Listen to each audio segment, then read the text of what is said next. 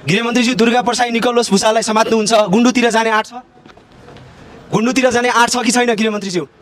अहिलेको सरकारले के गर्छन् भने निकोलस भुसाल जस्तालाई समात्छन्, दुर्गा प्रसाई जस्तालाई समात्छन्। गुन्डुतिर जाने आँट छ कि छैन अहिलेको सरकारको? गृहमन्त्रीज्यूलाई मैले त्यति मात्रै प्रश्न गरेको छु। गुन्डुतिर त्यो कसलाई समात्ने सोधपुछ गर्ने सोधेको छैन। कारागारमा रहेका रवि लामे छानेलाई 8 घण्टासम्म प्रश्न सोध्ने आँट गर्छन् अहिलेका सरकारले। छानबिन समितिले भने गुन्डुतिर जाने आँट छ कि छैन अहिलेको सरकारलाई? म प्रश्न गर्न चाहन्छु अहिलेको सरकारका गृहमन्त्री ओम प्रकाश अर्यालज्यूलाई। मलाई थाहा हुन्छ कि यो माइक र यो क्यामेरा देखेपछि उनीहरू मुखमा तालसा लगाउँछन्। आँट त मात्रै दुर्गा प्रसाई जस्ता र निकोलस भुसाल जस्तालाई पक्राउ गर्ने आँट देखाउँछन्।